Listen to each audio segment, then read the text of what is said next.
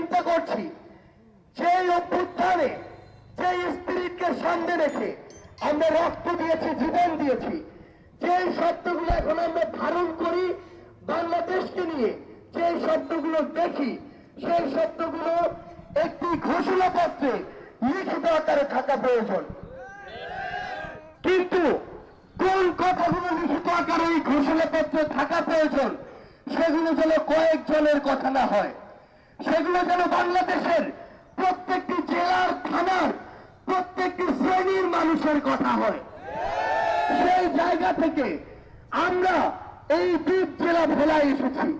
আমাদের এই ভোলার সহযোগ তারা বলেছে, তারা তাদের জায়গা থেকে যেই কলুষিত সিস্টেমগুলো এই বাংলাদেশে তৈরি হয়েছে, খুনি হাসিনা যেভাবে প্রত্যেকটি জায়গায় গোপালগঞ্জের সিন্ডিকেট বসিয়েছে, তার ফ্যামিলি প্রত্যেকটি জায়গায় সিন্ডিকেট বসিয়েছে, সেগুলোকে শেষ করে সমতার একটি সিস্টেম